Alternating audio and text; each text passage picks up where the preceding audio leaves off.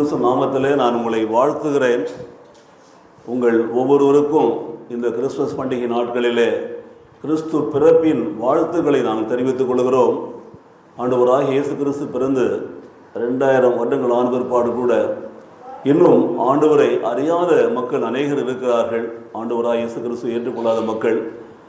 ஆகவே சபையில் இருக்கிற நாம் ஆண்டவரை ஏற்றுக்கொண்டிருக்கிற நம்முடைய சாட்சிய சபையிலே அறிக்கை செய்து நம்முடைய உறவினர்கள், நண்பர்கள் மற்றும் சொந்த பந்தங்கள் மத்தியிலே ஆண்டவருடைய வார்த்தைகளை சொல்லி அவர்களையும் ரட்சிப்புகளை நடத்துவது தான் இந்த கிறிஸ்துமஸ் பண்டிகையிலே நாம் ஆண்டவருக்கு செய்கிற உண்மையான ஒரு தொழுகையாக இருக்கும். அந்த பிறப்பின் செய்தியை மாத்திரமல்ல, இயேசு பிறந்த நாள் முதற்கொண்டு வாழ்ந்த நாள் முதற்கொண்டு கல்வாரி சிலுவையில் ரத்தம் சிந்தி ஜீவனை கொடுத்து நம்மை மீட்டு கொண்டது வரையில் அவர்களுக்கு சொல்லி நமக்கு நலமாக தண்டனை ஏற்றுக்கொண்ட வரை சொல்லி கடைசி கல்வாரி காட்சி வரையில் சொல்லி ஆண்டவருடைய உயிர்த்தெழுதல், பரலோகத்திற்கு ஏறுதல், பரலோக பிதாவின் மறுமுக்கத்தில் அமர்ந்து நமக்காய் பரிந்து பேசுதல் வரையில் உள்ள காரியங்களை நாம் பகிர்ந்து கொள்கிற பொழுது அறியாத மக்கள் அறிந்து கொள்வார்கள். ஆண்டவர் வாழ்க்கையிலே அற்புதங்களை செய்வார். கர்த்தர் நாமம் உயர்த்தப்படும். சபைகளிலே ஒரு பெருக்கம் வரும். தேவனுடைய ராஜ்யம் கட்டப்படும். ஹல்லேலூயா. இந்த நாளுக்கென்று நாம் வாசிக்க இருக்கிற முதலாவது வேத பகுதி மத்தேயு எழுதின சுவிசேஷம் 2ஆம் அதிகாரம் முதல் 2 வசனங்களை நாம் வாசிப்போம். ஏரோது ராஜாவின் நாட்களில் யூதேயாவில் உள்ள பெத்லகேமே இயேசு பிறந்த பொழுது கிழக்கிலிருந்து சாஸ்திரிகள் எருசலேமுக்கு வந்து, யூதருக்கு ராஜாவாக பிறந்திருக்கிறவர் எங்கே? கிழக்கிலே அவருடைய நட்சத்திரத்தை கண்டு அவரை பணிந்து கொள்ள வந்தோம் என்றார்கள். பிரியமானவர்களே, ஏரோது ராஜாவின் நாட்களில் யூதேயாவில் உள்ள பெத்லகேமிலே இயேசு பிறந்தார். அவர் பிறந்த பொழுது என்று இங்கே எழுதப்பட்டிருக்கிறது. பாருங்கள், இந்த 2ஆம் அதிகாரத்தில் தான் இந்த சாஸ்திரிகளுடைய வருகை குறித்து எழுதப்பட்டிருக்கிறது. சாஸ்திரிகளுடைய வருகை என்று சொல்கிற பொழுது மாகி என்று சொல்கிறார்கள், வைஸ்மேன் என்று சொல்கிறார்கள், ஞானிகள் என்று சொல்கிறார்கள். அவர்கள் எல்லாம் பலவிதமான பெயர்களிலே அழைக்கப்படுகிறார்கள். பாருங்கள், அவர்கள் ராஜாக்கள் என்றும் அழைக்கப்படுகிறார்கள். இந்த நிகழ்ச்சியை குறித்து அநேக கதைகள் அந்த நாட்களிலே இஸ்ரவேல் மக்கள் மத்தியிலே, யூத மக்கள் மத்தியிலே பரவி கொண்டிருந்தது. பாருங்கள், அப்போது அவங்க எத்தனை பேர் வந்தாங்க என்று யாருக்கும் தெரியாது. ஆனால் 3 பேர் என்று சொல்லி அதை அவர்கள் குறுக்கி 3 ராஜாக்கள் என்று இந்த பண்டிகையை கொண்டாடுவதை நீங்கள் பார்ப்பீர்கள். ஆனால் இதில் நீங்கள் பார்க்கிற பொழுது அவர்களை ராஜாக்கள் என்று சொன்னதை விட அவர்களை சாஸ்திரிகள், ஞானிகள், வைஸ்மேன் என்று சொல்லுவது தான் மிக பொருத்தமான ஒரு காரியம். ஸோ அவர்கள் கிழக்கிலிருந்து வருகிறார்கள், கிழக்கு திசை நாடுகளிலிருந்து வருகிறார்கள். அங்கிருந்து அவர்கள் இந்த எருசலேமுக்கு வந்து என்ன சொல்கிறாங்க, யூதருக்கு ராஜாவாக பிறந்திருக்கிறவர் எங்கே என்று சொல்லி கேட்டு அவர் கிழக்கிலே அவர் நட்சத்திரத்தை நாங்கள் பார்த்து அவரை பணிந்து கொள்ள வந்தோம் என்றார்கள். நட்சத்திர கதைகள் எல்லாம் நீங்கள் பார்க்கிற பொழுது ஒருவேளை நம்ம கற்பனையில் பார்க்கலாம். நட்சத்திரம் நிற்கிது, நேராக பார்க்குறோம், அது நடந்து வருது, அது காட்டிக்கொண்டே வருகிறது என்று சொல்லிலாம் நம்ம நினைக்கலாம் கற்பனையில். அந்த நட்சத்திரம் என்பதை நாம் பார்க்கிற பொழுது அப்படித்தான் நினைக்கிறோம். பாருங்கள், யூதருக்கு ராஜாவை பிறப்பதை குறித்து வீகாதிற்கு புத்தகத்தில் எழுதப்பட்டிருக்கிறது. பாருங்கள், இந்த பெத்லகேமில் தான் பிறப்பார் என்று சொல்லி அதை வைத்து தான் அவர் கணக்கு பார்க்குறாங்க. அப்போது வழி காட்டி இருக்கிறது தெரியுதுதான். அவர்கள் வருகிறார்கள், அந்த பாதையில் வருகிறார்கள், ஆண்டவருடைய பிறந்த இடத்தை கொண்டு வந்து காட்டும்படியாகும். ஆனால் கதைகளிலே லெஜெண்ட் என்று சொல்லுவார்கள். யூத மத்தியிலே வந்த கதைகளிலே நாம் பார்க்கிறோம், இந்த சாஸ்திரிகள் எல்லாம் ராஜாக்கள் கிழக்கிலிருந்து பயணம் பண்ணாங்க. அவர் 2 வருடம் ட்ராவல் பண்ணாங்களாம். 2 வருடம் பிரயாணம் பண்ணிடுறார்கள். 2 வருஷம் கழித்து தான் எருசலேமுக்கு வந்து சேர்ந்தார்கள். அவ்வளோ தூரத்திலேருந்து அவர் கொஞ்சம் கொஞ்சமாக வந்துக்கிட்டு இருந்தாங்கன்னு சொல்லி நான் பார்க்குறோம். ஒவ்வொரு காலகட்டத்திலையும் அங்கங்கே தங்கி நட்சத்திரத்தை பார்த்து அப்படி வந்திருக்கிற மாதிரி ஒரு கதை உண்டு. மற்றொரு கதையில் பார்த்தீங்கன்னா 3 பேர் மட்டும்தான் வந்தாங்க அப்படிங்கிற ஒரு கதை உண்டு. பாருங்கள், இவைகளெல்லாம் நமக்கு ஆண்டவர் பிறப்பை குறித்து சொல்வதற்காக, விளக்கம் சொல்வதற்காக சொல்லப்பட்டிருக்கிற காரியங்கள். ஆனால் நாம் ஒன்றை மாத்திரம் புரிந்து கொள்ள வேண்டும், அவர்கள் எல்லாம் சாஸ்திரிகள், அவர்கள் ஞானிகள், அவர்கள் அதிகமாய் ஞானம் உள்ளவர்களாக, அவர் விசேஷத்தவர்களாக இருந்திருக்கிறார்கள். அவர்கள்தான் அங்கிருந்து இங்கே நம்முடைய ராஜ்யத்துக்குள்ளே எருசலேமுக்கு வந்து அவர்கள் இந்த தேவனுடைய ராஜ்யத்தில் அவர்கள் பிறந்திருக்கிற குழந்தையை பார்க்கும்படி வருகிறார்கள் என்று சொல்லி பார்க்கிறோம். ஸோ அவங்க என்ன சொல்கிறாங்க, நட்சத்திரத்தை கண்டு நாங்கள் வருகிறோம் என்று சொல்கிறார்கள். ஆனால் எதற்கு வருகிறார்கள் என்று நாம் பார்க்கிற பொழுது அவரை பணிந்து கொள்ள வந்தோம் என்று சொல்கிறார்கள். அல்லேலூயா. இயேசுவை பணிந்து கொள்ள ஞானிகள் கிழக்கிலிருந்து எருசலேமுக்கு வருகிறார்கள். கதைகளிலே அவர்கள் 12 பேராக இருக்கலாம், 10 பேராக இருக்கலாம், அல்லது கதைகளிலே அவர்கள் 3 பேர் மாத்திரம் தான் இருக்கலாம். அவர்கள் ராஜாக்களாக இருக்கலாம், ராஜாக்கள் சொல்கிறார்கள் பலவிதமான காரியங்கள்.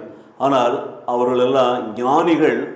இயேசு பிறக்கிறதை குறித்து அவர்கள் சாஸ்திரிகளாக இருந்தபடினாலே அநேக தீர்க்கதரிச புத்தகங்களை வாசித்து அவருடைய பிறப்பை குறித்து எழுதப்பட்ட காரியங்களை உணர்ந்து அறிந்து அப்புறமா அவங்க வந்து பணிந்து கொள்ள வருகிறார்கள். ஆங்கிலத்தில் அதை குறித்து ஒருவர் எழுதியிருக்கிறார் பாருங்க, நல்ல அருமையான ஒரு வார்த்தை நான் வாசித்தேன். இந்த காமன் வர்ஷிப் என்ற தலைப்பில் வாசிக்கிற பொழுது என்னவென்று சொன்னால், wise man will always seek Jesus to worship him. ஞானிகள் எப்பொழுதுமே இயேசுவை தேடி அவரை பணிந்து கொள்ளும்படி வருவார்கள் என்று சொல்லப்பட்டிருக்கிறது. ஸோ தேவனை ஆராதிப்பதற்கு ஒரு ஞானம் வேண்டும் என்பதுதான் இது உணர்த்துகிற காரியம். அவர்கள் சாஸ்திரிகளாக இருக்க வேண்டும் என்று சொன்னால் அவர்களுக்கு அப்படிப்பட்டதான ஒரு ஞானம், அதனை ஒட்டிய ஒரு அறிவு இருந்துச்சுன்னா அவர்கள் தேவனை ஆராதிக்க வருவார்கள். அப்போ எவ்வளோ பேர் இருந்தாங்க அந்த நாட்களில். யூதாவில் மட்டும் இல்லை, கிழக்கில் இஸ்ராயல் தேசத்தில் பல இடங்களில் அவர்களெல்லாம் வரல. வேதத்தில் வாசிக்கிற பொழுது மேய்ப்பர்களுக்கு சொல்லப்பட்டது, மேய்ப்பர்களுக்கு சொன்ன உடனே அவர்கள் போய் பார்த்தால் பணிந்து கொண்டார்கள். அதுதான் லூக்கா சுவிசேஷத்தில் 2ஆம் அதிகாரத்தில் வாசிக்கிறோம். மேய்ப்பர்கள் பணிந்து கொண்டது. இப்போ ராஜாக்கள் பணிந்து கொள்கிறார்கள் பாருங்க. இவைகளெல்லாம் ஏன் எழுதப்பட்டிருக்கு என்று சொன்னால், இயேசுவை நமக்காக பிறந்திருக்கிற அந்த ராஜாவை நாம் பணிந்து கொள்ள வேண்டும் என்பது அவருடைய பிறப்பின் காலத்தில் சொல்லப்பட்ட ஒரு சுவிசேஷம். ஆனால் இன்றைக்கு நமக்கு சொல்லப்படுகிற சுவிசேஷம், இந்த இயேசு ராஜா நமக்காக பூமியில் மனுஷனாக பிறந்து பாடுபட்டு மரித்து அடக்கம் பண்ணப்பட்டு 40 நாள் எல்லோருக்கும் தரிசனமாகி பரலோகத்துக்கு ஏறி போய் இதாவின் பக்கத்தில் வந்து நமக்காக பரிந்து பேசி கொண்டிருக்கார் அல்லவா. இந்த இயேசு கிறிஸ்துவை இன்றைக்கு நாம் ஆராதிக்க வேண்டும், அவருடைய சமூகத்தில் வந்து அவரை பணிந்து கொள்ள வேண்டும். அதுதான் மிக முக்கியம். அப்போது ஆராதனையில் மிக முக்கியமான ஒரு பகுதி தான் இந்த துதி ஆராதனை பகுதி. நாம் வந்து தேவனிடத்தில் பணிந்து கொள்ள வேண்டும் என்பது தான். சாஷ்டாங்கமாக விழுந்து அந்த நாட்களிலே அவர்கள் பணிந்து கொண்டார்கள். சாஷ்டாங்கமாக விழுந்தது பாருங்கள். நம்முடைய திருச்சபையில் கூட சில பிள்ளைகள் சில குறிப்பிட்ட போதகர் இடத்துல போய் பாடம் படிக்கிற பொழுது அவர் ஒரு முறைப்படி கற்றுக் கொடுத்தார். அப்படியே சாஷ்டாங்கம் ஃப்ளாட்டாக படுத்து தான் வணங்கணும்னு சொல்லி கொடுத்துட்டார் அவர். அப்போ அந்த பாடத்தை கொஞ்சம் பேருக்கு கற்றுக் கொடுத்துட்டாங்க பிள்ளைகளுக்கெல்லாம். அந்த பிள்ளைகள்லாம் வீட்டில் போய் அப்படியே சாஷ்டாங்கம் விழுந்துட்டாங்க எல்லாருமே. என்னன்னு கேட்டால் சண்டே ஸ்கூல் டீச்சர் சொல்லி கொடுத்தாரு. சண்டே ஸ்கூல் டீச்சர் படித்த இடத்துல அந்த மாதிரி சொல்லிட்டாங்க சாஷ்டாங்கம். ஆனால் ஆவிக்குரிய அர்த்தம் என்ன? இயேசு கிறிஸ்துக்கு முன்பாக நம்ம தாழ்மைப்படுகிறோமா, அவரை உயர்த்துகிறோமா, அவருக்கு உண்மையான ஒரு ஆராதனை செலுத்துகிறோமா? That is very essential, that is very important. But people forget about that. அதை தான் நாம் இன்றைக்கு பார்த்து கொள்கிறோம். அப்போ இயேசுவுக்கு நம்ம முதலாவது ஆண்டோடைய வார்த்தைகளை கேட்கிறோம். சாட்சியாக நாம் இருக்கணும். சாட்சியாக இருக்கிறோம்னா நாம் வந்து கர்த்தரை பணிந்து கொள்ள வேண்டும், ஆராதிக்கணும். ஆராதனையில் வந்து கலந்து கொள்ளணும், ஆராதிக்கணும். வீட்டில் ஆராதிக்கணும். எழுந்த உடனே கர்த்தருக்கு பணிந்து கொள்ள வேண்டும், அடுத்து தொழுது கொள்ள வேண்டும். அதுதான் அதனுடைய அர்த்தம். ரட்சிப்பின் பாத்திரத்தை கையில் ஏந்தி கர்த்தருடைய நாமத்தை தொழுது கொள்ள வேண்டும் என்று சங்கீதத்தில் வாசிக்கிறோம். அப்போ தொழுகை என்பது விழுந்து வணங்கலாம், உட்கார்ந்து வணங்கலாம், நின்று கொண்டு வணங்கலாம், முழந்தாற்பட்டு வணங்கலாம். அது எல்லாமே அது வணங்குகிற ஒரு பொசிஷனை தான் காட்டுகிறது. பாடி பொசிஷன் என்று சொல்லுவார்கள், சரீர அடையாளம். ஆனால் உள்ளார்ந்த மனிதனுக்குள்ளே தேவனுக்கு பயப்படுகிற ஒரு பயமும் தேவனுக்கு கொடுக்கிற ஒரு கனமும் வர வேண்டும். அது உள்ளத்தின் ஆழத்திலிருந்து வர வேண்டும். அப்படியே நாம் அந்த கனத்தை அவருக்கு கொடுக்கணும். அது வந்து போலியாக இருக்கக்கூடாது, போலியான ஒரு வேஷமாக இருக்கக்கூடாது. அதுதான் நிறைய பேர் இன்றைக்கு பார்க்குறோம். இது மாயை என்று சொல்வார்கள். மாயை மாயை மாயை, வெளிப்பிரகாரமான காரியங்கள். ஆனால் இந்த ஜனங்க பிறகு உண்மையான பிரயாசப்பட்டு 2 வருஷம் அவங்க பிரயாசப்பட்டு வராங்க. படம் போட்டிருப்பாங்க, குதிரைகளை ஒட்டகத்தில் ஏறி வர மாதிரி போட்டிருப்பாங்க. பாலைவனத்தில் வந்திருக்கலாம், எங்கெங்கெல்லாம் வந்தாங்களோ தண்ணிக்கெல்லாம் கஷ்டப்பட்டாங்களோ அதெல்லாம் நமக்கு தெரியாது. ஆனால் அவர்கள் இயேசுவை வந்து பணிந்து கொள்ள வேண்டும் என்ற அந்த வாஞ்சை, அதைத்தான் பார்க்கணும். அதற்கு பின்னால் இருக்கிறதா பார்க்கணும். படத்தை பார்க்கக்கூடாது. ஒட்டகம், குதிரை, ராஜா, படம், வேஷம் அதெல்லாம் பார்க்கக்கூடாது. அதெல்லாம் நமக்கு புரிந்து கொள்வதற்காக கொடுத்தாங்க, நல்லது. ஆனால் அதுக்கு பின்னால் இருக்கக்கூடியது பாருங்கள், உண்மையான இயேசுவை தேடுதல். தேடுதல், பணிந்து கொள்ளும்படி தேடுதல், தொழுது கொள்ளும்படி தேடுதல், அவருக்கு கனம் கொடுக்கும்படி. ஏனென்றால் அவர் தேவன் என்று நாம் அறிவோம். மனித வடிவில் வந்தால் நம்முடைய பாவங்களுக்காக அவர் பிறந்தார், அவ்வளோதான். ஸோ மனித சுபாவமும் தேவ சுபாவம் உள்ளவர் தான். அந்த தேவனுங்கிறத நம்ம ஒரு காலம் மறந்துடக்கூடாது. மனித சுவாபத்தில் மனித நிலையில வந்து தான் பாடுபட்டார். நம்முடைய பாவங்கள் நாம் பாவம் மனித சரீரத்தில் செய்த பாவத்தை அவர் மீட்டெடுத்து அவர் படைக்கும்போது அவர் சாயலில் படைச்சார். அதை எழுந்து போன திரும்ப கொடுக்கும்படி தான் பூமியில் வந்தார் பாருங்க. அந்த பணிந்து கொள்வதில் அந்த அர்த்தம் இருக்க வேண்டும் பாருங்க. அந்த அந்த ஞானம் இருக்க வேண்டும். அதனால தான் அவர்களை ஞானிகள் என்று சொன்னார்கள். அப்போ ஆராய்ச்சியாளர் சொல்கிறாங்க, ஞானிகள் எப்பொழுதும் இயேசுவை தேடி வருவார்கள், ஆராதிப்பார்கள். அப்போ ஆலயத்தில் ஆராதிக்க வரவங்களாம் ஞானம் இல்லாதவர்களா? யோசித்து பாருங்கள். அது இட்ஸ் கோஸ் வித்தவுட் சேயிங், அப்படி தான் அதுக்கு அர்த்தமாகுது பாருங்கள்.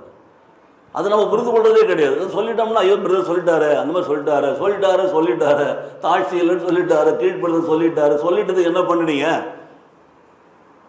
தொழுகை என்பது அதுதான், தேடல் என்பது அதுதான், உண்மையாய் தேடுதல் பாருங்கள்.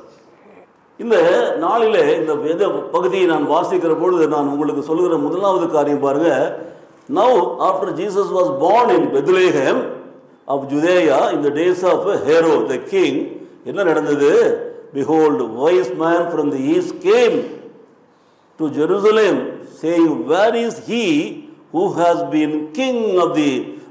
born the king of the Jews?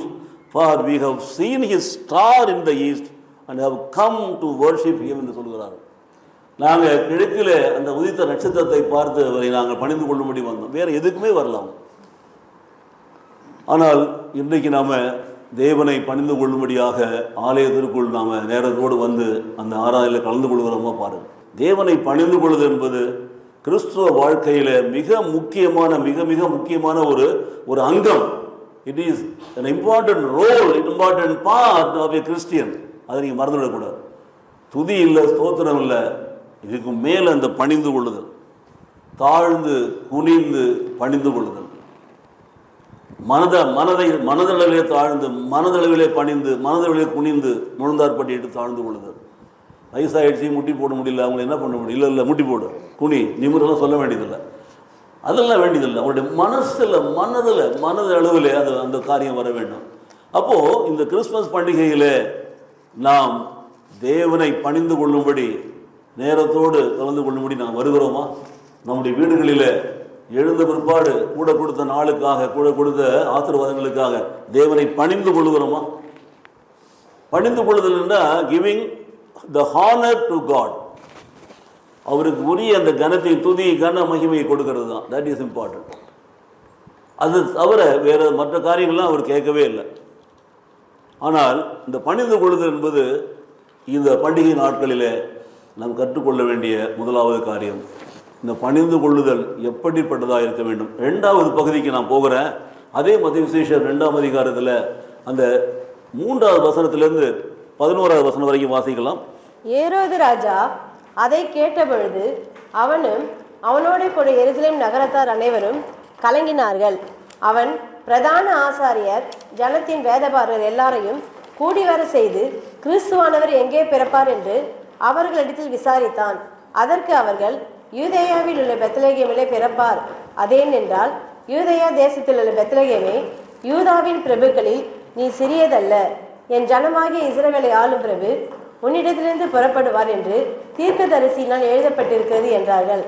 அப்பொழுது ஏரோது சாஸ்திரிகளை ரகசியமாய் அழைத்து நட்சத்திரம் காணப்பட்ட காலத்தை குறித்து அவர்களிடத்தில் திட்டமாய் விசாரித்து, நீங்கள் போய் பிள்ளையை குறித்து திட்டமாய் விசாரியுங்கள், நீங்கள் அதை கண்ட பின்பு நானும் வந்து அதை பணிந்து கொள்ளும்படி எனக்கு அறிவியுங்கள் என்று சொல்லி அவர்களை பெத்லகேமுக்கு அனுப்பினான். ராஜா சொன்னதை அவர்கள் கேட்டு போகையில், இதோ அவர்கள் கிழக்கிலே கண்ட நட்சத்திரம் பிள்ளை இருந்த ஸ்தலத்திற்கு மேல் வந்து நிற்கும் வரைக்கும் அவர்களுக்கு முன் சென்றது. அவர்கள் அந்த நட்சத்திரத்தை கண்டபோது மிகுந்த ஆனந்த சந்தோஷம் அடைந்தார்கள். அவர்கள் அந்த வீட்டுக்குள் பிரவேசித்து பிள்ளையையும் அதன் தாயாகிய மரியாளையும் கண்டு சாஷ்டாங்கமாய் விழுந்து அதை பணிந்து கொண்டு தங்கள் பொக்கிஷங்களை திறந்து பொன்னையும் தூப வர்க்கத்தையும் வெள்ளை போலத்தையும் அதற்கு காணிக்கையாக வைத்தார்கள். இப்போ கவனிக்க வேண்டிய விஷயம் பாருங்க. ஏரோது விசாரிக்கிறான், எங்கே பிறப்பார் சொல்லிட்டு. அவங்க போயிட்டு அந்த அஸ்ட்ராலஜி புக்கெல்லாம் படிக்கல, வானசாஸ்திர புக்கெல்லாம் படிக்காமல் நம்ம தீர்க்க தரிசன புஸ்தகத்தை எடுத்து தான் பார்க்குறாங்க. அதில் தான் எழுதி வைக்கப்பட்டிருக்கிறது யூதாவில் உள்ள பெத்லகேமில் பிறப்பார் என்று சொல்லி.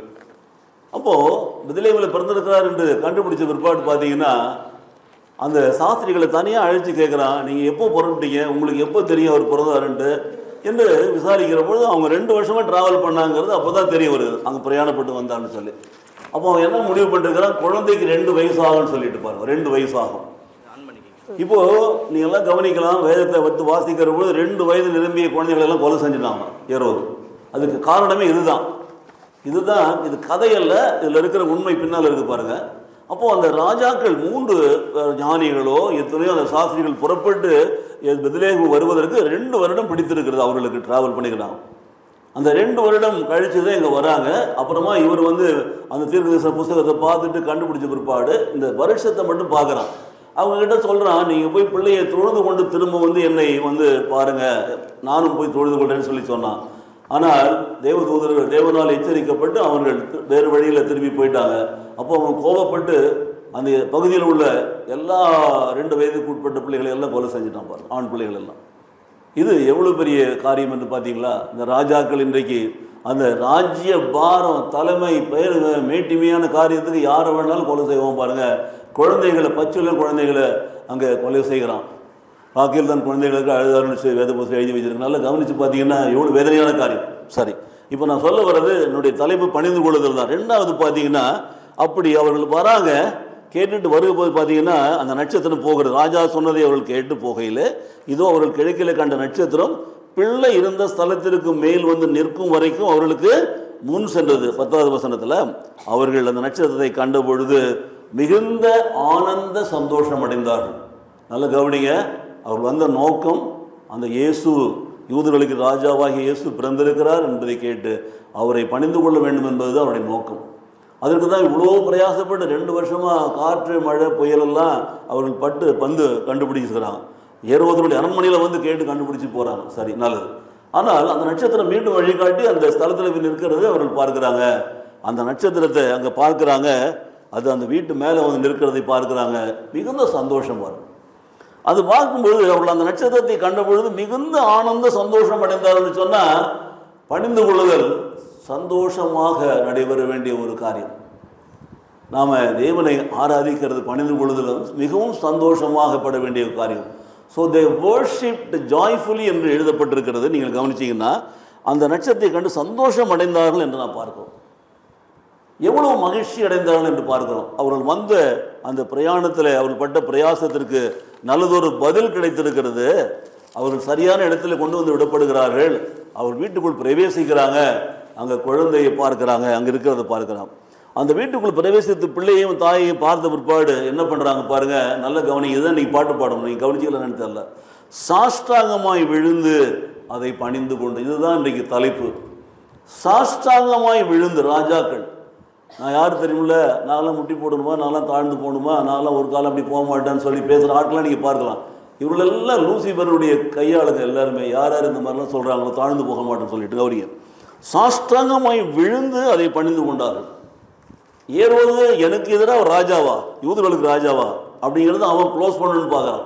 அவனுடைய புத்தி அப்படி போகுது. இந்த ராஜாக்கள் வந்து இவ்வளோ தூரம் பிரயாணம் பண்ணி வந்து அவர்கள் அந்த இயேசு கிறிஸ்து பிறந்த இடத்தை கண்ட உடனே சந்தோஷம் அடைந்தார்கள். வீட்டுக்குள்ளே பிரவேசத்துக்கு போனோடனே இன்னும் அதிக ஆனந்த சந்தோஷப்பட்டார்கள். அப்படியே சாஷ்டாங்கமை விழுந்து பணிந்து கொள்கிறார்கள். இதுதான் பைபிள் சொல்கிற ஒரு காரியம். O come let us adore him என்ற பாடலை பாடினார் பிரதர். பார்த்தீங்கன்னா, பக்தரே வாரம், இயேசு பிறந்திருக்கிறார் என்ற காட்சியை பார்த்தோடனே வாங்க சாஷ்டாங்கமாய் விழுந்து அவரை வணங்குவோம் என்று சொல்லி அழைக்கிற பாடல் அது. சாஷ்டாங்கமாய் விழுந்து என்று சொன்னால் டோட்டல் சரண்டர், அவ்வளோதான்.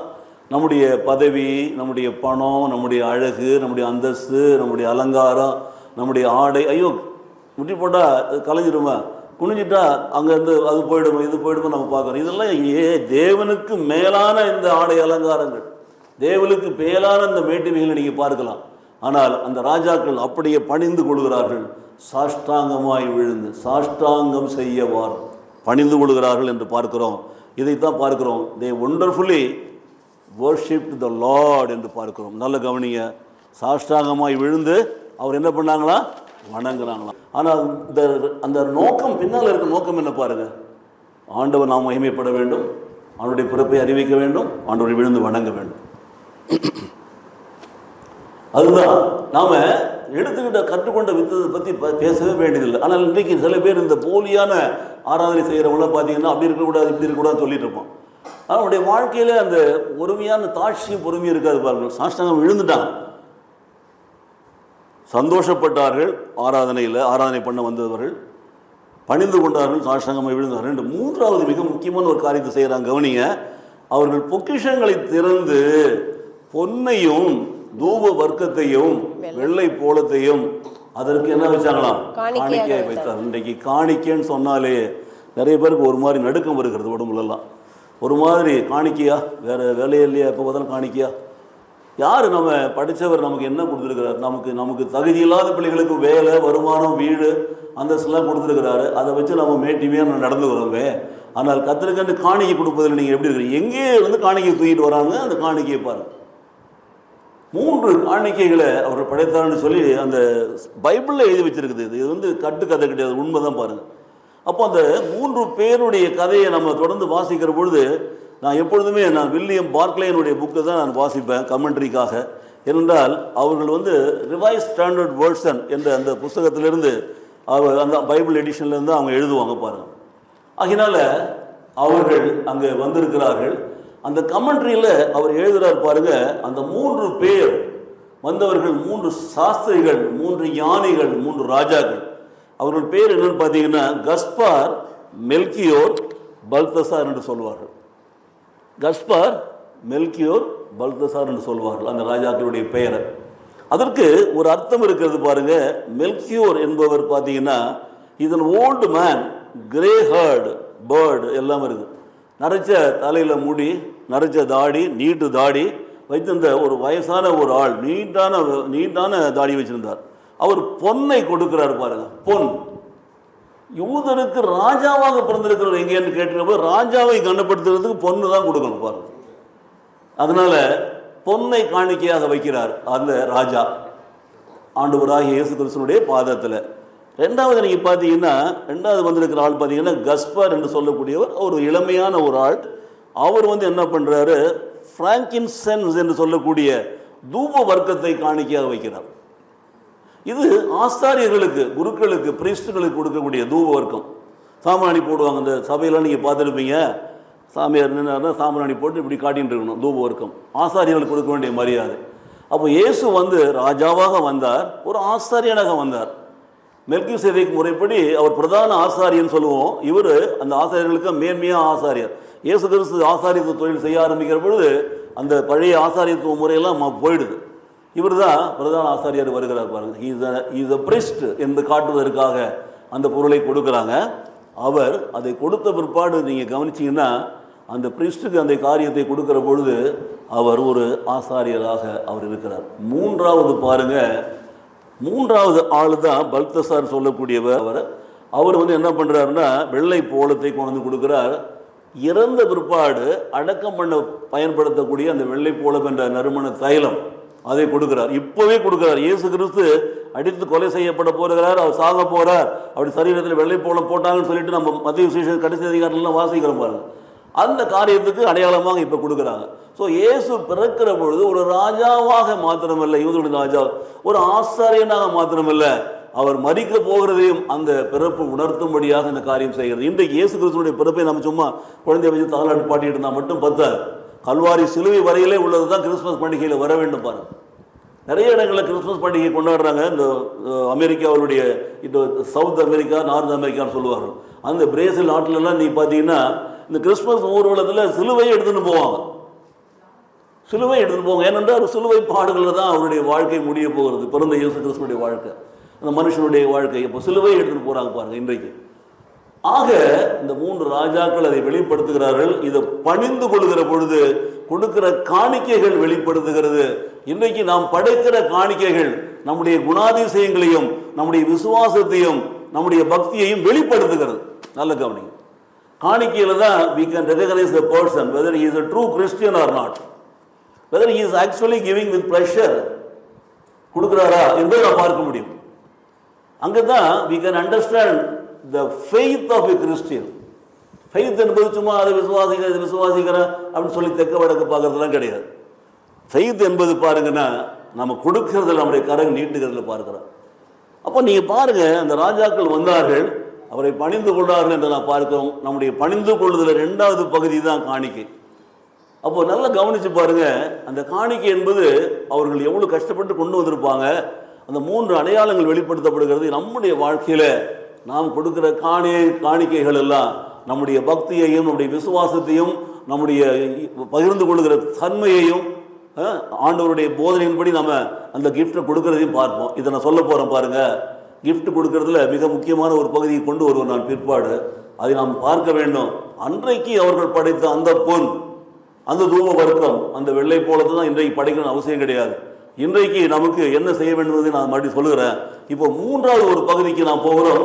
What is true worship? உண்மையான ஒரு ஆராதனை என்ன என்று பார்த்தோம்னா, நமக்கு எல்லாருக்கும் பரிச்சயமான ஒரு பகுதி தான். அதை எடுத்து வாசிக்கலாம். ரோமருக்கு நிறுவனம் 12ஆம் அதிகாரத்தில் 1வது வசனம். அப்படி இருக்க சகோதரரே, நீங்கள் உங்கள் சரீரங்களை பரிசுத்தமும் தேவனுக்கு பிரியமுமான ஜீவ பலியாக ஒப்பு கொடுக்க வேண்டும் என்று தேவனுடைய இரக்கங்களை முன்னிட்டு உங்களை வேண்டிக் கொள்ளுகிறேன். இதுவே நீங்கள் செய்யத்தக்க புத்தியுள்ள ஆராதனை. அப்போ உண்மையுள்ள புத்தியுள்ள சரியான ஒரு ஆராதனை, ட்ரூ அண்ட் ப்ராப்பர் வர்ஷிப் என்று பார்க்கிற பொழுது நம்முடைய சரீரங்களை தான் நம்ம ஒடுக்கணும். இந்த worship God means the hear. அப்போ நம்ம சரண்டர் ஆகணும் அப்படின்னு பார்க்கிற பொழுது நம்ம உங்கள் சரீரங்களை பரிசுத்தமும் தேவனுக்கு பிரியமான ஜீவ பலியாக ஒப்பு கொடுக்கணும். அது உயிருள்ள பலி, செத்த பலி கிடையாது. ஒரு ஆட்டை அடித்து சாக அடித்த பிற்பாடு அதனுடைய உறுப்புகள் எல்லாம் கொண்டு வந்து பலியாக கொடுக்கறது, எரிய வைக்கிறது கிடையாது. அப்போ இந்த ஆடு ஆண்டவராக Yesu Kristu, this is the lamb of God என்று சொல்லுவார் பாருங்க. இவரே உலகத்தின் பாவங்களை சுமந்து தீர்க்க தேவாட்டுக்குட்டி அடிக்கப்பட போகிறார். நல்லது. ஆனால் அவரை பணிந்து கொள்ள வருகிற பொழுது நாம் எப்படி பணிந்து கொள்ள வேண்டும் என்று சொன்னால், நம்முடைய சரீரத்தை உயிருள்ள, ஆனால் அதே நேரத்தில் ஒரு பாவ சரீரமாக இல்லை, ஒரு பரிசுத்தமுள்ள சரீரமாக, ஆனால் அதே நேரத்தில் தேவனுக்கு பிரியமான ஒரு சரீரமாக நாம் அதை ஒப்புக் கொடுக்க வேண்டும் என்று சொல்லி தான் இந்த 12:1 நமக்கு சொல்லுகிறது. அது புத்தி உள்ள ஆராதனை. அப்போ ஆண்டவரை பணிந்து கொள்ள வருகிற அந்த காட்சி இருக்கிறது அல்லவா, நாமே சோதித்தறிகிறோம். பத்தியில் பங்கேற்கும் போது நம்ம சொல்லுவோம், உங்களை சோதித்தறியுங்கள். பாவத்தோடும் வைராக்கியத்தோடும் பிடிவாதத்தோடும் சாவான பாவம் அற்ப பாவம்னு சொல்லுவாங்க பாரம்பரிய சபைகளில். அதோடும் கூட பங்கேற்க கூடாது என்பதற்காகத்தான். ஸோ நம்ம பலி கொடுக்கிற பொழுது அது பரிசுத்தமுள்ளதாக இருக்க வேண்டும். ஆடாக இருந்தாலும் பரிசுத்தமுள்ள ஆடு. யாத்திராகம் 12ஆம் அதிகாரத்தில் வாசி பாருங்க. கரைத்தில் இருக்கக்கூட இந்த வசனத்தை நீங்கள் படிக்கிறீங்க, முதல்ல உங்களுடைய சரீரத்தை கொடுக்குங்கிறத. சரீரம் தான் மாம்சம். இந்த மாம்சத்தை தான் மேட்டிமை இருக்கிறது. அகங்காரம், ஆணவம், தற்பெருமை எல்லாம் அங்கே தான் இருக்கிறது. அந்த சரீரத்தை பரிசுத்தமாக்கி கொடுன்னா எப்படி கொடுக்க முடியும்? இயேசு கிறிஸ்து ரத்தம் தான் சுத்திகரிக்க முடியும், கழுவ முடியும். பாருங்க, அப்போ பரிசுத்தமுள்ள ஒரு காணிக்கையை தான் அவர் எதிர்பார்க்கிறார். இயேசு கிறிஸ்து இன்றைக்கு பிறந்திருக்கிறார் என்று சொன்னார். நம்ம இந்த ஆலயம் கட்டின உடனே ஒரு கிறிஸ்மஸ் ட்ரீ வாங்கிட்டு வச்சேன். ஒரு லாங் ட்ரீ, உயரமானது. நீங்கள் எல்லாம் ஒயிட் நீங்கள் பார்த்துருப்பீங்க. பெங்களூர்லேருந்து வாங்கிட்டு வந்து வச்சதெல்லாம் பல வருடங்கள் அதை எனக்கு மாற்றுறதுக்கு இஷ்டமே இல்லை. நல்லா இருக்குன்னு சொல்லி இருந்தேன். ஆனால் ஒரு 5-6 வருஷம் ஆன உடனே இன்னும் அதே வைக்கிறமே ஒன்று மனசுக்கு ரொம்ப கஷ்டமாக இருந்துச்சு. மாற்றணும்னு நினச்சா மாற்றவே முடியல.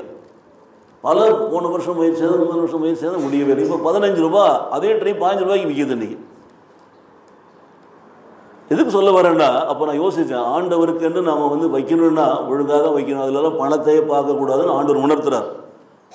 ஆண்டவரே என்று சொல்லுகிற பொழுது பாருங்கள், அப்போ இந்த வருஷம் நம்ம ஒரு புது ட்ரீயை வாங்கி வைக்கிறோம்.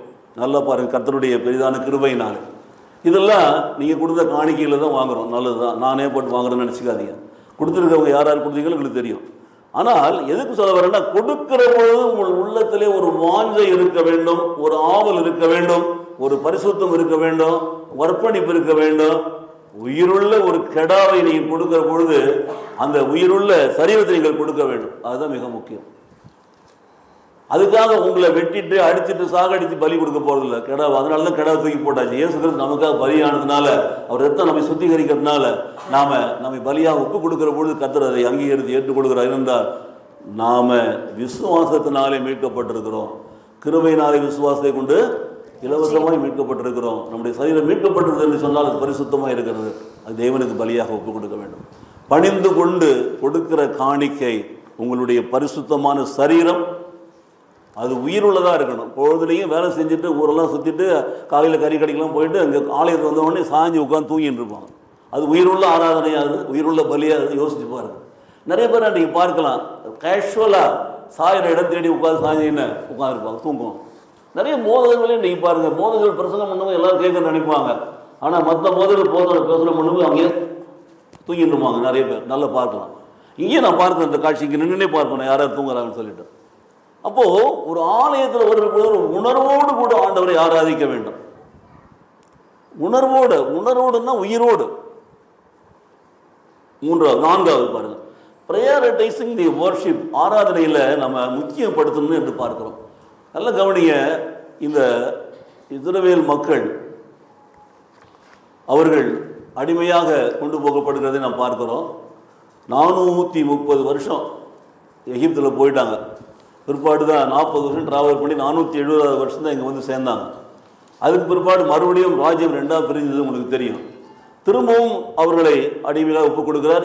70 வருடம் பாபிலோனுக்கு அடிமைகளாக போகிறார்கள். பாபிலோனு அங்கே தான் நேபுகாத் நாச்சர்லாம் இருக்கிறான். அவன் தான் அந்த சிலைகள்லாம் வணங்க சொல்கிற இடம்லாம் அங்கே தான் இருக்கிறாங்க.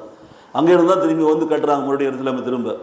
அப்போது அப்படி அவங்க திரும்ப வருகிற பொழுது 70 வருடம் அவர்கள் அடிமைகளாக வாழ்ந்த பிற்பாடு திரும்பவும் எருசலேமுக்கு வந்த பிற்பாடு அவர்கள் செய்த முதலாவது காரியம் என்னவென்று பாருங்கள். எஸ்ரா தீர்க்கதரிசன புஸ்தகத்தில் 3ஆம் அதிகாரத்தில் 2வது வசனத்தை வாசிப்போம். அப்பொழுது யோசதாக்கின் குமாரனாகிய யெசுவாவும் அவன் சகோதரராகிய ஆசாரியரும் செயல்தியலின் குமாரனாகிய செருபாபேலும் அவன் சகோதரரும் எழும்பி தேவனுடைய மனிதனாகிய மோசையின் நியாய பிரமாணத்தில் எழுதியிருக்கிறபடி சர்வாங்க தகனங்களை பலியிடும்படிக்கு இஸ்ரவேலுடைய தேவனின் பலிபீடத்தை கட்டினார்கள். ஒரு பலிபீடத்தை கட்டுறாங்க. பைபிளில் நீங்கள் முதலேருந்து வாசியனே பார்த்தீங்கன்னா, ஆதியாகமத்திலேருந்து பார்த்தீங்கன்னா, ஒவ்வொரு காலகட்டத்திலும் அவர்கள் பலிபீடம் கட்டி வழிபாடுறதை நான் பார்க்க முடிகிறது. காயின் ஆபேல் காலத்தில் இருந்து பார்க்கலாம். அவன் பலிபீடம் கட்டி அவன் கொழுத்த கன்றுகளை அடித்து கொடுத்தான். இவன் பலிபீடம் கட்டி எல்லாம் கெட்டு போன காய்கறிகளை கொடுத்தானா என்னன்னு தெரியல. அது ஆண்டவருக்கு பிரியம் இல்லை. அதுக்கப்புறம் நோவா காலத்தில் மறுபடியும் பலிபீடம். ஒரு காலகட்டத்தில் பலிபீடம் கட்டி கொடுத்ததை பார்க்கலாம். அப்புறம் லோத்து போகிற காலத்தில் ஒரு பலிபீடம். அப்படி இப்போது அடிமைத்தனம் வந்த உடனே பலிபீடம் கட்டுறாங்க. அப்போ நம்முடைய வாழ்க்கையில் ஒரு பலிபீடத்தை கட்டி நம்ம தேவனுக்கு காணிக்கை கொடுக்க வேண்டும்.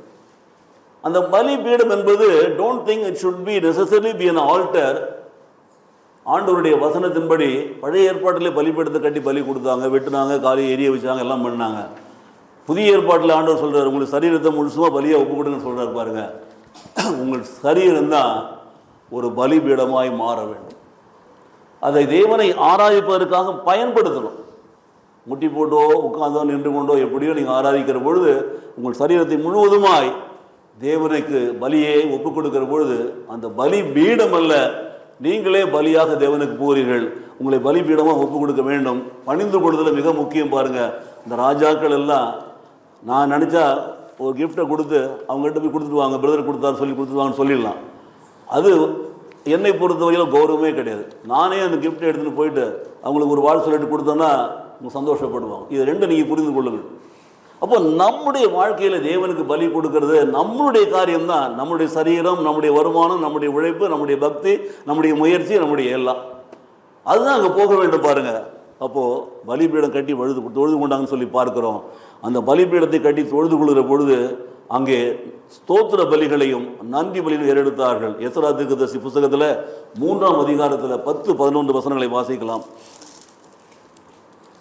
சிற்பாசாரிகள் கர்த்தருடைய ஆலயத்திற்கு அஸ்திவாரம் போடுகிற போது இஸ்ரவேல் ராஜாவாகிய தாவீதுடைய கட்டளையின்படியே கர்த்தரை துதிக்கும்படிக்கு வஸ்திரங்கள் தரிக்கப்பட்டு பூரிகைகளை ஊதுகிற ஆசாரியரையும் தாளங்களை கொட்டுகிற ஆசாபின் குமாரராகிய லேவியரையும் நிறுத்தினார்கள்.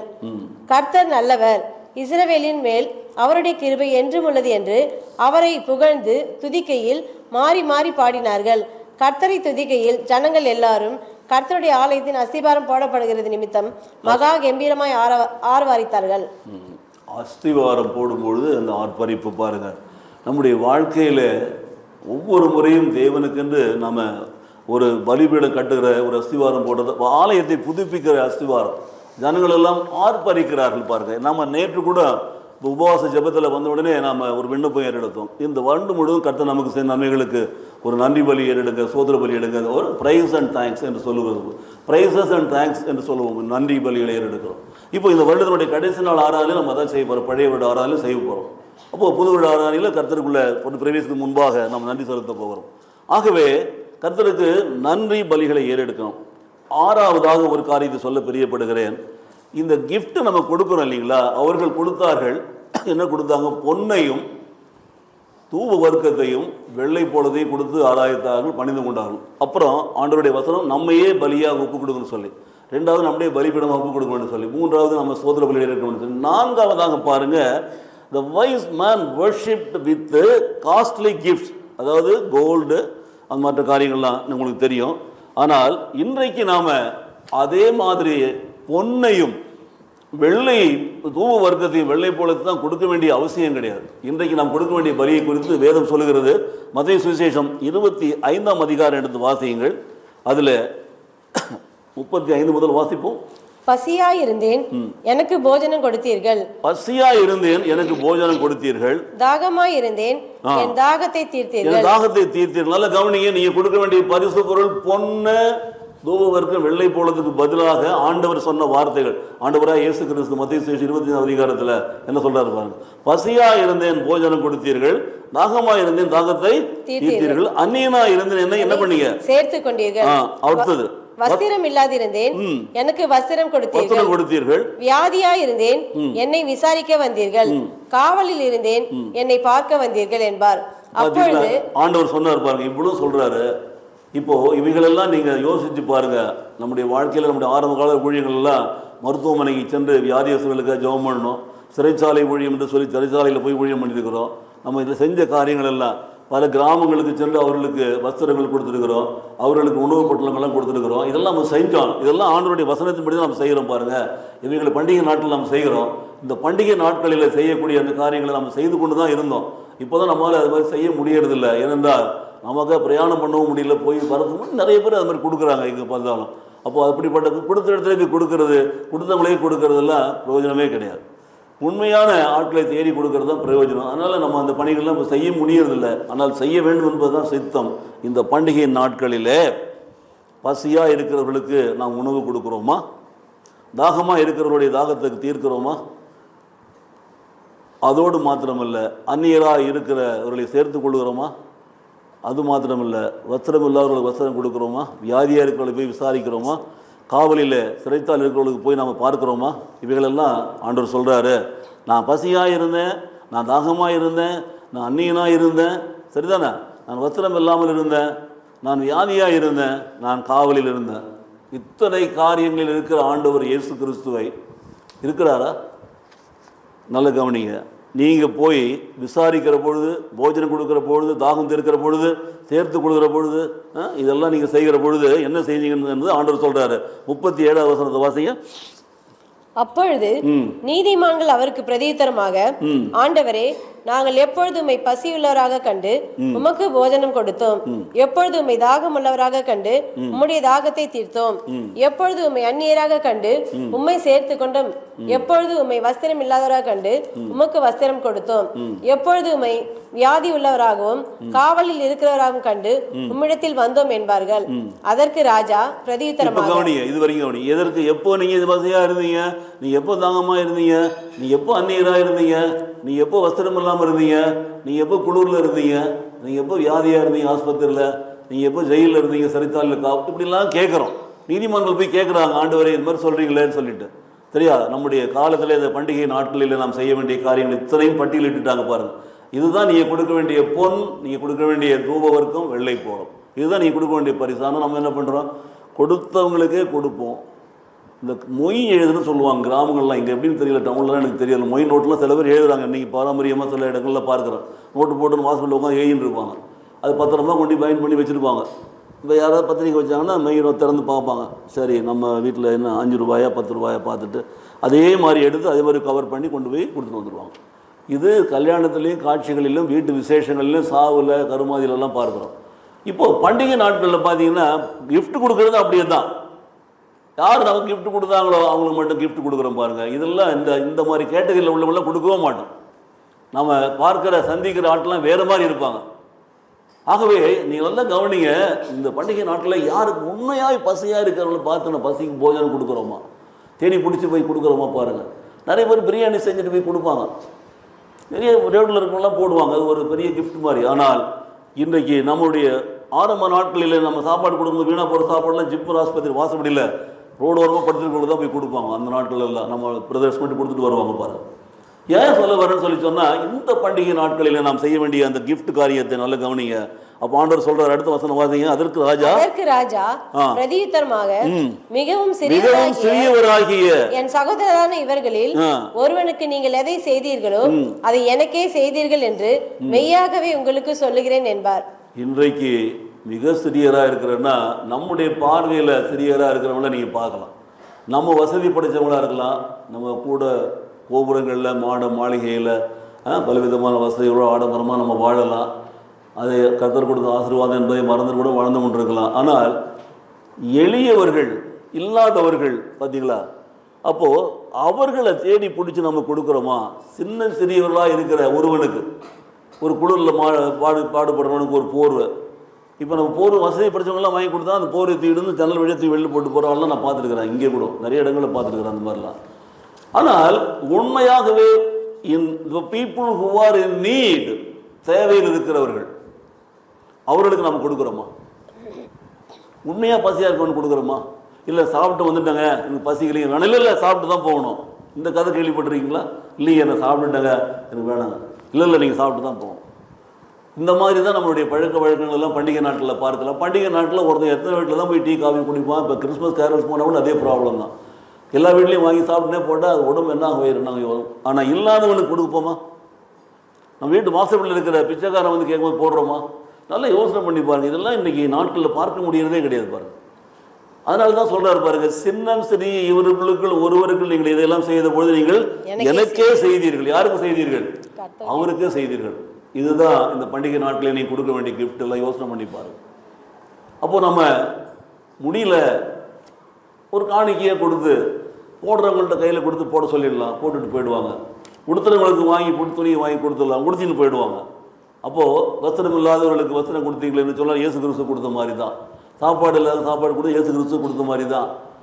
ஜெயிலில் இருக்கிறவங்களுக்கு பார்த்தீங்கன்னா இயேசு கிறிஸ்து விசாரித்த மாதிரி தான். ஆஸ்பத்திரியில் உங்களுக்கு விசாரிச்சிங்கன்னா அப்படி தான். பல காரியங்களை சொல்லிக்கொண்டே போகலாம். அதுதான் உண்மையான பொன் தூப வர்க்கம் வெள்ளை போலும். ராஜாக்கள் கொடுத்த அந்த காணிக்கை இன்றைக்கு ராஜாக்களை விட மேல ராஜாக்கள். நீங்கள் பைபிள் சொல்லுகிறது பேதுரு நிருபத்தில் வாசிக்க, நீங்கள் எல்லாம் இயேசு கிறிஸ்து ரத்தத்தால் கழுவப்பட்டு மீட்கப்பட்டவர் வந்து நீங்கள் ஆசாரியர்கள், ராஜாக்கள் என்றெல்லாம் எழுதப்பட்டிருக்கிறது நான் பார்க்கலாம். நம்ம ரட்சிக்கப்பட்ட நாமெல்லாம் தான் ராஜாக்கள். நமக்கு பொண்ணு வேண்டும், ரட்சிக்கப்பட்ட நாமெல்லாம் ஆசாரியர்கள் தான். நமக்கு தூபம் இருக்க வேண்டும். ரட்சிக்கப்பட்ட நாமெல்லாம் கூட அடக்கம் செய்யப்படுகிற பொழுது பாவத்திற்கு மறித்து நீதிக்கு பிழைக்கிற ஞானஸ்தான தொட்டியில் போட்டு எடுக்கிறோம். அப்போ நமக்கும் அந்த வெள்ளை போலம் தேவைப்படுகிறது பிரியமானவர்களை, நம்முடைய அடக்கத்திற்கு. காரணம் என்னவென்று சொன்னார், நானும் ராஜாக்களும் ஆசாரியர்களுமாய் ஆக்கப்பட்டிருக்கிறோம் ஆண்டவராக இயேசு கிறிஸ்துவினால. அதை உணர்ந்தவர்களாக இன்றைக்கு நாம் நம்முடைய வாழ்க்கையிலே நம்முடைய தகுதிக்கு ஏற்ப ஏழைகளுக்கும் இல்லாதவர்களுக்கும் கொடுக்கிறோம் என்று சொன்னால், அதுதான் உண்மையான பணிந்து கொள்ளுதல், உண்மையான ஒரு காணிக்கை. இது எங்களுக்கு கொடுக்கலன்னு சொல்லி சொன்னால் 40ஆம் வசனத்தை வாசிங்க, மறுபடியும் வாசிங்க. அதற்கு ராஜா பிரதியுத்தரமாக, மிகவும் சிறியவராகிய என் சகோதரரான இவர்களில் ஒருவனுக்கு நீங்கள் எதை செய்தீர்களோ அதை எனக்கே செய்தீர்கள் என்று மெய்யாகவே உங்களுக்கு சொல்லுகிறேன் என்பார். இப்போ நம்ம 40ல் சொல்லிட்டார் ஆண்டவர் யாருன்னு சொல்லிட்டார். பாத்தீங்கன்னா இப்போ என்ன நமக்கு தண்டனை கிடைக்க போகுது? 31ஆம் வசனத்திலிருந்து வாசிங்க, 25ஆம் அதிகாரத்தில் 31. அன்றியும் மனுஷகுமாரன் தமது மகிமை பொருந்தினவராய் சகல பரிசுத்த தூதரோடும் கூட வரும்போது தமது மகிமையுள்ள சிங்காசனத்தின் வீற்றிருப்பார். அப்பொழுது சகல ஜனங்களும் அவருக்கு முன்பாக சேர்க்கப்படுவார்கள். மேய்ப்பனானவன் செம்மறியாடுகளையும் வெள்ளாடுகளையும் வெவ்வேறாக பிரிக்கிறது போல அவர்களை அவர் பிரித்து செம்மறியாடுகளை தமது வலது பக்கத்திலும் வெள்ளாடுகளை தமது இடது பக்கத்திலும் நிறுத்துவார். அப்பொழுது ராஜா தமது வலது பக்கத்தில் நிற்பவர்களை பார்த்து, வாருங்கள், என் பிதாவினால் ஆசீர்வதிக்கப்பட்டவர்களே, உலகம் உண்டானது முதல் உங்களுக்காக ஆயத்தம் பண்ணப்பட்டிருக்கிற ராஜ்யத்தை சுதந்தரித்துக் கொள்ளுங்கள். பசியா இருந்தேன், எனக்கு போஜனம் கொடுத்தீர்கள். தாகமா இருந்தேன், என் தாகத்தை தீர்த்தீர்கள். அந்நியனா இருந்தேன், என்னை சேர்த்து கொண்டீர்கள். வஸ்திரம் இல்லாதிருந்தேன், எனக்கு வஸ்திரம் கொடுத்தீர்கள். வியாதியா இருந்தேன், என்னை விசாரிக்க வந்தீர்கள். காவலில் இருந்தேன், என்னை பார்க்க வந்தீர்கள் என்பார். அப்பொழுது வலது பக்கத்தில் உள்ளவர்களுக்குள்ள நிலைமை ஆண்டவரால் பிதாவால் ஆசீர்வதிக்கப்பட்டவர் சொல்லி அழைக்கிறார் பாருங்க. இந்த இயேசு கிறிஸ்துவினுடைய பிறப்பு நமக்கு நியாய தீர்ப்பை உணர்த்த வேண்டும். ஆண்டவர் நியாய தீர்ப்பை குறித்து தான் சொல்லிட்டு இருக்காரு. 25ஆம் அதிகாரம் எல்லாருக்கும் தெரிந்த அதிகாரம் தான், வீட்டில் போய் நீங்க வாசிப்பார். அப்போ பிறந்தவர் முதல்ல நம்ம மீட்கும்படி வந்தார். எளிமையான மாடடியின் குடிலே பிறந்தார் சொல்லி பார்க்கிறோம். தாழ்ச்சியின் அடையாளம் தான் வந்து பிறந்தார் என்று பார்க்கிறோம். முதல்ல நம்மை மீட்பதற்காக வந்தார். ஆனால் மறுமுறை வரும்போது என்ன பண்ணுவார் தெரியுங்களா?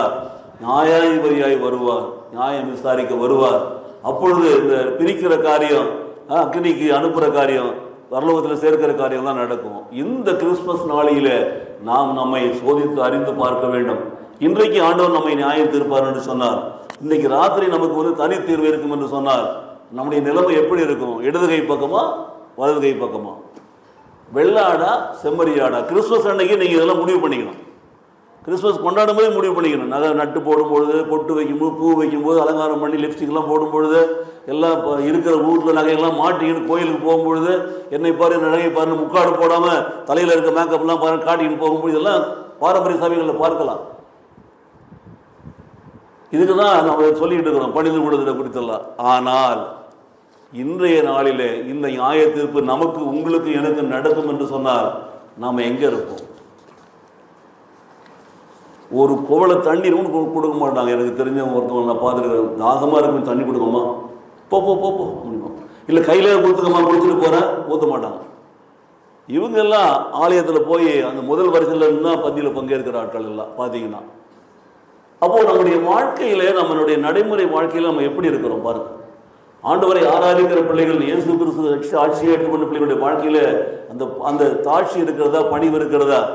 அப்படிப்பட்ட காணிக்கைகளை நாம் படைக்கிறோமா? யோசித்து பாருங்க. இந்த நாளிலே நியாய தீர்ப்பையும் சொல்லிட்டோம் உங்களுக்கு. நம்முடைய வாழ்க்கையில கர்த்தர் நியாயத்திற்கு வருவார். இந்த 25ஆம் அதிகாரத்தில் நீங்க பார்க்கிற பொழுது ஒவ்வொரு மனுஷனுடைய நிலையும் நமக்கு தெரியாது. அப்பெல்லாம் நம்ம தவிர்க்க முடியாது. இன்றைக்கு நம்ம எல்லாம் மேட்டிமையா இருக்கிறோம், பயங்கர மேட்டிமையா இருக்கிறோம், வசதியா இருக்கிறோம். ஆண்டவர் நல்லா வச்சிருக்கிறார். பேச்சு கேச்செல்லாம் ரொம்ப சுத்தமா பேசிட்டு இருக்கிறோம், நல்லதுதான். ஆனால் நம் நிலைமை எப்படி ஆகும் யோசித்து பாருங்க. வெறும் கிறிஸ்துவனுடைய முதலாம் பிறப்பை கொண்டாடுகிற பொழுது 2ஆம் வருகை குறித்து சிந்தியுங்கள். அவர் வருவார், அவர் வருவார். 1 தெசலோனிக்கேயர்ல வாசிக்கலாம் 4ஆம் அதிகாரத்தில் 13 இருந்து, அவர் மேகங்கள் மேலே வருவார். அப்படி வருகிற பொழுது நம்முடைய நிலைமை எப்படி இருக்கு யோசித்து பாருங்கள். இந்த பண்டிகை நாட்டிலே, இந்த கிறிஸ்துமஸ் நாளிலேயே கிறிஸ்து 2ஆம் வருகையை குறித்த ஒரு எச்சரிப்பை நீங்கள் கற்றுக்கொள்ளுங்கள். கடைசியாக ஒரு காரியத்தை சொல்லி நான் முடிக்க போகிறேன். யோபு புஸ்தகத்தை நம்முடைய பார்க்க போகிறோம். Worshipping with humility and in all circumstances. எல்லா சூழ்நிலையிலும் கர்த்தரை ஆராதிக்கிற பொழுது நமக்குள்ளே ஒரு தாழ்ச்சி வர வேண்டும். அப்போ ஆண்டவரை அறியாத நாட்களிலே நாமெல்லாம் பலவிதமான கஷ்டத்தில், தரித்திரத்தில், சோத்துக்கும் தண்ணிகள் லாட்டரி அடித்து வேலை வெட்டி இல்லாமல் இருந்து, யாராவது ஒரு வேளை சாப்பாடு போடுவாங்கன்னா அலைஞ்சு திருந்த நாட்களும் உண்டு. ஆண்டவருக்கு நம்ம ஒப்பு கொடுத்த நாட்களில் நம்முடைய கெட்ட பழக்க வழக்கிலிருந்து நம்மளை திருத்தி ரட்சிப்புகள் நடத்துனதும் உண்டு. பிற்பாடு ரட்சிக்கப்பட்ட பிள்ளைகளாய் கர்த்தர் நம்மை உயர்த்துகிறதை நாம் பார்க்கிறோம். சாதாரணமாக படிப்படியாய் உயர்த்தி மேலே கொண்டு வருகிறார். நல்லது, நல்ல ஆண்டவர். ஆனால் இப்படிப்பட்ட இந்த சூழ்நிலைகள் மாறுகிற பொழுது, என்னுடைய சுற்றுப்புற சூழ்நிலைகள் மாறுகிறது, என்னுடைய வசதிகள் பெருகுகிறது, நான் உயர்த்தப்படுகிறேன், மேலே மேலே போயிட்டேன். இப்போ நான் எப்படி கர்த்தரை நான் ஆராதிக்கிறேன், கர்த்தருக்கு நான் எப்படி பணிபடி செய்கிறேன், கர்த்தருக்கு எப்படி நான் பணிந்து கொடுங்க நாம் பார்க்க வேண்டும். யோபுனுடைய புத்தகத்தில் தான் அதை நான் வாசிக்கலாம். முதல் அதிகாரத்தில் கூட வாசிக்கலாம். அவன் சன்மார்க்கனாக இருந்தான், பக்திமானாக இருந்தான், பயமுள்ளவனாக இருந்தான், தன்னுடைய பிள்ளைகளுக்காக பலி செலுத்துறவனாக இருந்தான். அவங்கள தான் பிசாசு குறை சொல்லுது. பிதாகிட்ட போய் சொல்லிச்சு, பிதா நீ போய் அவனுடைய உயிரை மட்டும் எடுக்காது, என்னாலும் பண்ணிங்க சொல்லி அனுப்பிச்சார். பார்த்தீங்களா? அந்த யோபுனுடைய வாழ்க்கையில் அவன் எப்படி இருந்தான் பாருங்க. அவன் நிச்சயமாகவே தன்னை தாழ்த்துகிறவனாக இருந்தான் பாருங்க. அவன் பிள்ளைகளுக்காக பலி எடுக்கிறவனாக இருந்தான். யோபுனுடைய புஸ்தகம் முதல் அதிகாரம் எடுத்து வாசிக்கலாம். 20-21 வசனங்கள்.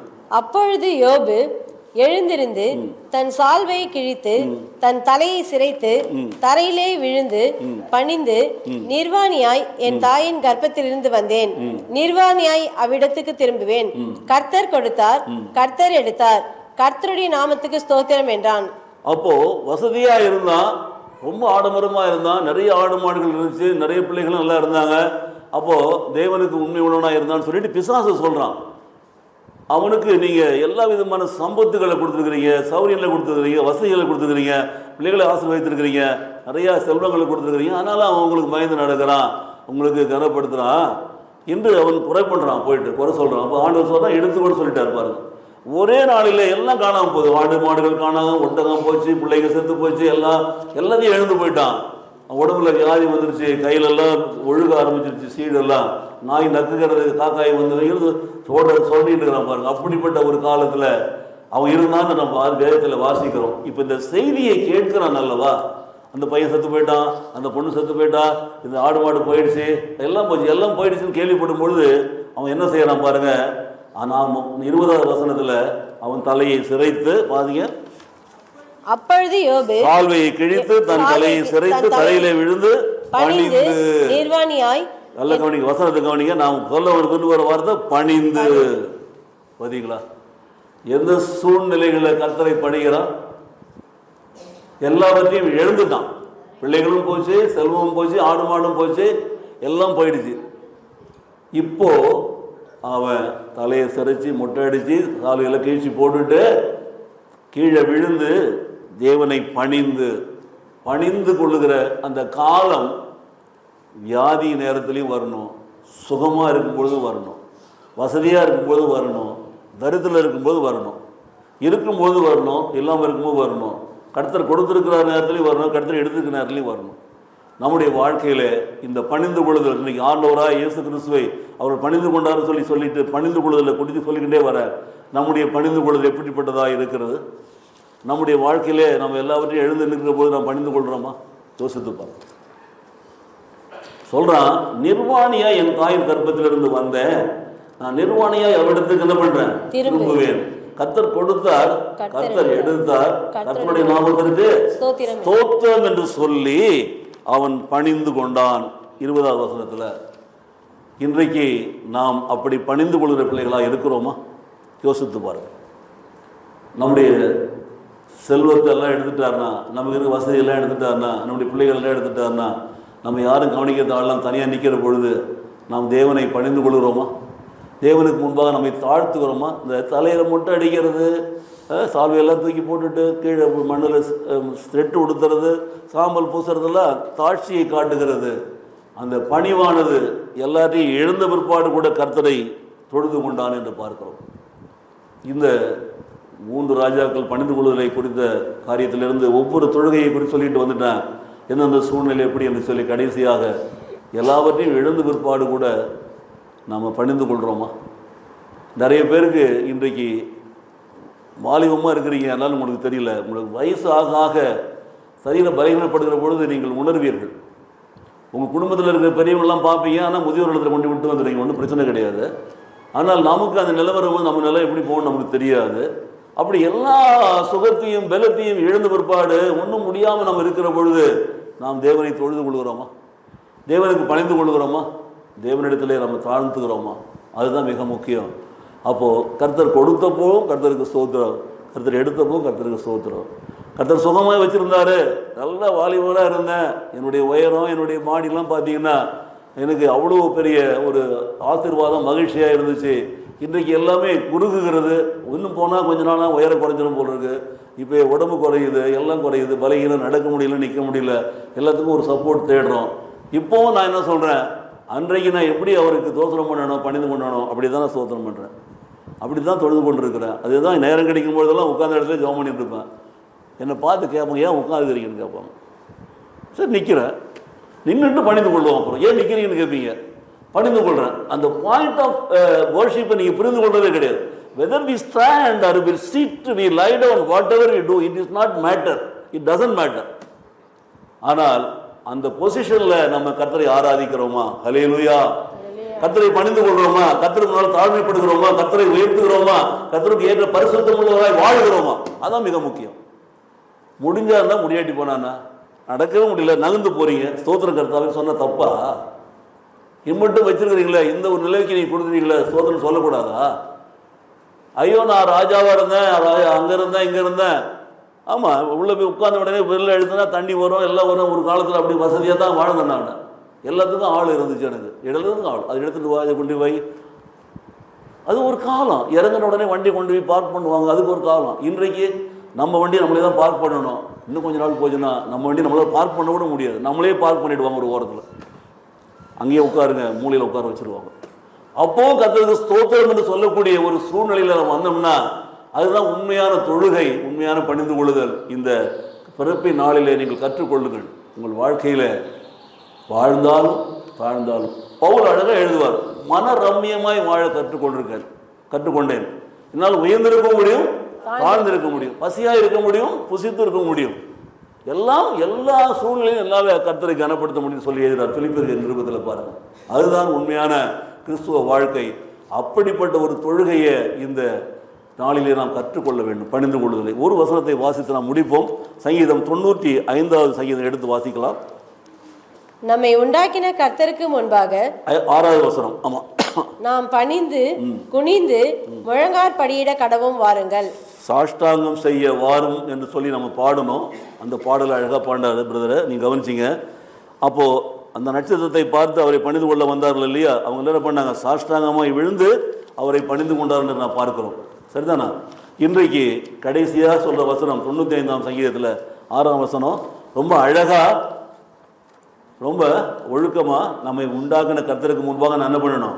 பணியணும், பணியணும், பணியணும். தட் இஸ் தி உண்மையான தொழுகை. அதுதான் குனியணும், குனிந்து முழங்கார் படியிட கடுவோம் வாருங்கள். வாருங்கள், நாம கர்த்தருக்கு முன்பாக சாஷ்டாங்கமாய் விழுந்து அவரை வணங்குவோம்.